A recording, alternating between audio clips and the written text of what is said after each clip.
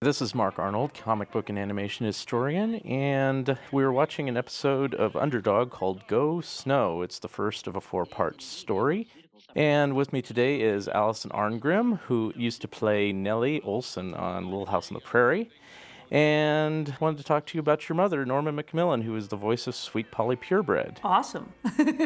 Can you tell me how your mother got the voice part of Sweet Polly Purebred in this cartoon? Well, I don't know. I mean, by the time she got this, she was so established in voiceover with doing all these cartoons. It was, an easy sale, and she had a very good agent. She was sort of everybody by then. So I don't know if she actually auditioned. She may have just gotten the call, hey, we're doing Underdog, and we'd like to have you as Sweet Polly. She really did like the Underdog ones. That was a very, very fun one to do. The scripts were so funny. She was always very energized when she'd come home from a round of Underdogs. I don't know if you knew this, but the design was based on Marilyn Monroe. Was she aware of that? Yeah, there was talk of it was sort of like Marilyn, like every cartoon was sort of Marilyn-y. And then there was also talk that they sort of were doing the outfit and dresses. One of the producers' wives was apparently very similar. But it wound up looking very much like my mother because the cute little three-quarter length sleeve suits, the pumps, the little turtleneck, the bouffant hair. My mother had that suit, and she totally had that hairdo. So really, other than the large doggy nose, my mother bore striking resemblance to Sweet Polly Purebred. I just assumed, well, of course it's her. Why wouldn't it be?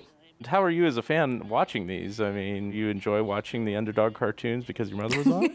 Oh, absolutely. I mean, you can tell her voice. It's a little Marilyn-y in the voice. She definitely did slightly the breathy, sexy cartoon voice.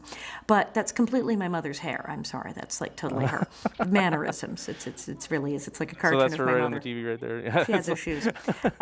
Wear that red top and the white top. The little jacket and the turtleneck is totally yes. her. How was her relationship with, say, Wally Cox, who does Shoeshine Boy here, and then, of course, Underdog after he changes? Oh, yeah, she really liked him. Well, he's a very wonderful person. In fact, my father, who was in management, was starting to work with him towards the end of his life because he was trying to get a movie deal and book deal. He'd written a marvelous book called The 10th Life of Osiris Oakes, and they were trying to get that option for a film. My family was involved with Wally Cox for years, even after Underdog, and I was very sad when Wally died because he was really, really talented and a very unusual, very fun, eccentric person.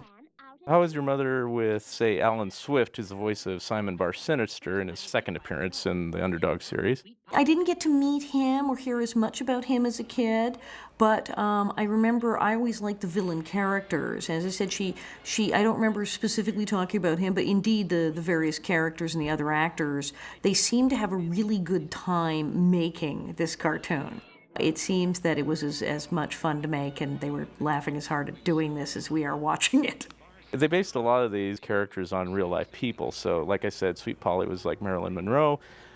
Simon here is supposed to be based on Lionel Barrymore, and Cad, the henchman next to him, is supposed to be based on Humphrey Bogart, among others.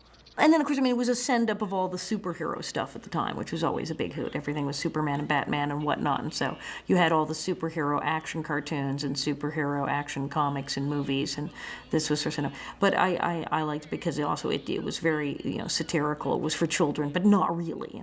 Actually, that's why they did do those cartoons, because superheroes were big at the time. And not even Underdog can withstand. We're nearing the end of the cartoon here, so I just wanted to say thank you, Allison. Thank you. Everyone. Can Simon Bar Sinister really snow the entire city? Will even Underdog be helpless against Simon's snow gun? There's plenty of excitement ahead in our next episode.